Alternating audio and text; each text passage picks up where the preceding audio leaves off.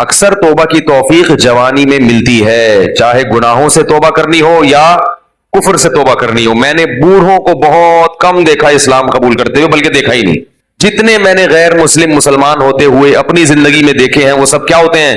جوان، حالانکہ اس وقت مزے اڑانے کی عمر ہوتی ہے۔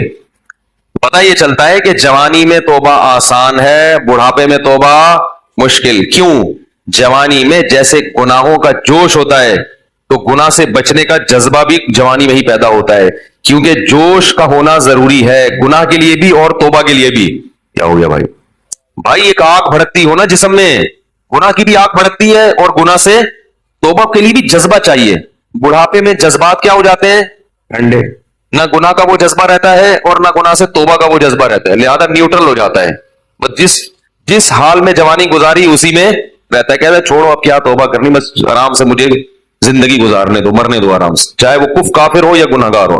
اس لیے یہ نہیں کہ بڑھاپے میں توبہ قبول نہیں ہے، قبول تو بڑھاپے میں بھی ہے، مگر بڑھاپے میں توبہ کی توفیق ملتی نہیں ہے، تو اس لیے جوانی میں ہی توبہ کر لو، اور اسی سال کر لو، اور اسی رمضان میں کر لو، اور اسی اعتکاف میں کر لو، اور ابھی کر لو۔ شیطان کہے گا کل عید کے بعد کروں گا، پہلے 2-4 فلمیں دیکھوں گا عید کے بعد جو نئی نئی ریلیز ہوں گی ہیں، اور پھر جو ساری مستیاں اپنی پوری کروں گا، نکالوں گا، مزے اڑاؤں گا، پھر کیا کروں گا؟ تسلی سے آخر میں توبہ کر لوں گا۔ جس نے یہ سوچ کے توبہ کو ڈیلے کیا، مؤخر کیا، اس سے بڑا بے وقوف دنیا میں کوئی نہیں ہے۔ ایسا نہیں ہوتا، کرنی ہے تو کرو ابھی، اللہ تعالیٰ توبہ کی توفیق دے۔ آج رات اٹھ کے نا اللہ سے خوب گڑگڑا کے مانگے، اللہ جتنے گناہ تھے ہم نے چھوڑ دیے، بس ہمت کرو، ہمت کے بغیر دنیا میں کچھ بھی نہیں ہوتا۔ تو نوجوانوں نے کیا کہا بھائی؟ ہمت کرتے ہیں، فتیہ، قرآن کیا کہہ رہے ہیں؟ نوجوان تھے، فتن کی جمع فتیہ آتی ہے، تو انہوں نے کہا کہ بھائی وَإِذِ اعْتَزَلْتُمُوهُمْ وَمَا يَعْبُدُونَ إِلَّا اللَّهَ فَأْوُوا إِلَى الْكَهْفِ، چلو یہاں سے بھاگ کے کسی غار میں پناہ لیتے ہیں، وہاں جا کے سوچیں گے کہ کل کرنا کیا ہے، اگلا پلان کیا، ابھی تو یہاں سے نکلو، یہاں رہ کے کچھ نہیں ہو سکتا۔ انہیں کیا پتا تھا کہ ان کی اس قربانی پر اللہ ان کو کیسا نوازنے والا ہے۔ اللہ بڑا شکور ہے، اللہ کا ایک نام ہے شکور۔ شکور پتہ ہے کسے کہتے ہیں؟ قدردان۔ آپ تھوڑا کریں اور وہ نوازے بہت زیادہ، اس کو شکور کہتے ہیں۔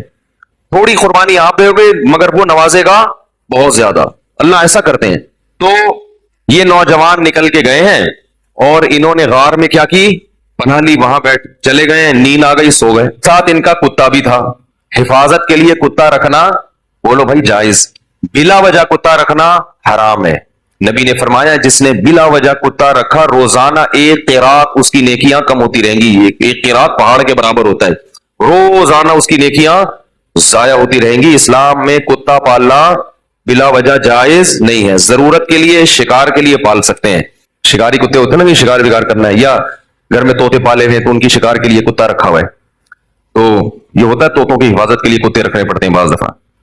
تو لیکن کتے کو بتا دیں کہ صرف طوطوں کی حفاظت کے لیے ہے، لوگ کتا پالتے ہیں ڈاکوں سے حفاظت کے لیے، اس کو بتاتے نہیں ہے، وہ ہر ایک کو کاٹنا شروع کر دیتا ہے۔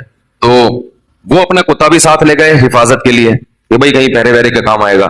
تو غار میں ان کو نیند آئی اور کتا کہاں بیٹھا ہوا ہے؟ غار کے کنارے پہ، وہ حفاظت کے لیے بیٹھا ہوا تھا کہ بھائی کوئی آئے گا تو بھونک کے ان کو بتائے گا بھائی بندہ آیا ہوا کوئی۔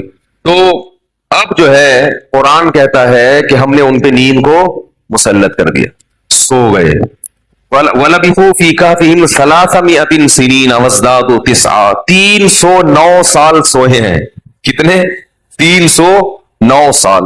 وَنُقَلِّبُهُمْ ذَاتَ الْيَمِينِ وَذَاتَ الشِّمَالِ، اگر انسان ایک ہی پہلو پہ لیٹا رہے نا تو زمین کھا جاتی ہے اس کو، تو اللہ فرماتے ہیں ہم ان کو کروٹیں بھی دلاتے رہے۔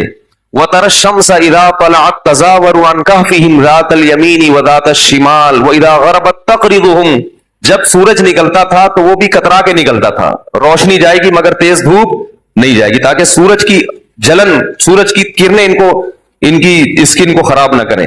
اور اللہ فرماتے ہیں 309 سال تک کتا جس انداز میں بیٹھا رہا ہے، لَوِ اطَّلَعْتَ لَوَلَّيْتَ مِنْهُمْ رُعْبًا وَلَمُلِئْتَ مِنْهُمْ فِرَارًا، وہ کیا ہے؟ لَوِ اطَّلَعْتَ عَلَيْهِمْ لَوَلَّيْتَ مِنْهُمْ فِرَارًا وَلَمُلِئْتَ مِنْهُمْ رُعْبًا، کہ تم اس کتے کو دیکھتے تو روب کی وجہ سے وہاں سے بھاگ جاتے۔ اللہ نے کتے پر ایسا روب ڈال دیا کہ کوئی بھی اس کے قریب پٹک نہیں سکتا، تاکہ ایسا نہ ہو کہ 309 سال میں ظاہر ہے کتنے لوگ یہاں سے گزریں گے غار میں جا کے ان کو نقصان نہ پہنچائے، تو کتے کی ایسی وحشت۔ 309 سال کے بعد اللہ نے ان کو اس دوران کیا ہوا؟ وہاں حکومت کا کیا ہو گیا؟ بادشاہ مر گیا، پوری رعایا تبدیل ہو گئی، کوئی نیک بادشاہ آ گیا اس ملک میں جو توحید پرست تھا اور نیک لوگوں کی قدر کرتا تھا، پوری رعایا تبدیل ہو گئی، حکومت تبدیل ہو گئی 309 سال میں. تو یہ 309 سال کے بعد سو کے اٹھے ہیں. اب پریشان ہے کہ یار ہم کتنا سوئے ہیں.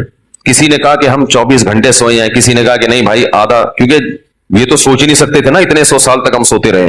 تو ایک نے کہا کہ اللہ ربکم اعلم بما لبثتم، اللہ کو پتا ہے بھائی کتنا سویا، چھوڑو اس بحث میں کیا پڑھنا، 24 گھنٹے یا آدھا دن یا ایک دن، چھوڑو کیا کرنا اس بحث. تو ایسا کرو فبعثوا بورقکم هذه الى المدینہ. کیا ہوا بھائی؟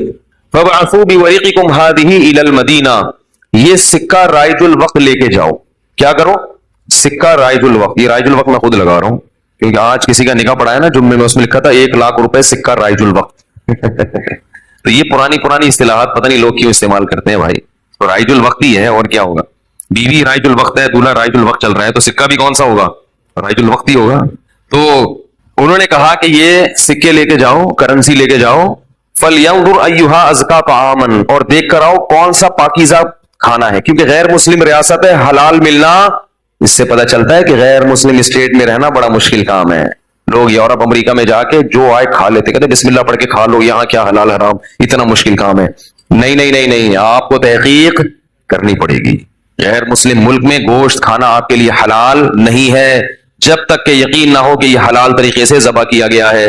اور محض حلال کا ٹھپا کافی بولو یار نہیں ہے، تو اس پہ حلال کا ٹھپا حلال کا ٹھپا لگانے میں کتنے ٹائم لگتا ہے. لوگوں نے مہرے بنا کے رکھی، حلال لکھا ہوا ہے، ہر چیز پہ سور پہ بھی ٹھپا لگا رہے ہیں حلال، جو چیز آ رہی ہے اس پہ کیا لگا دیتے ہیں؟ حلال کا.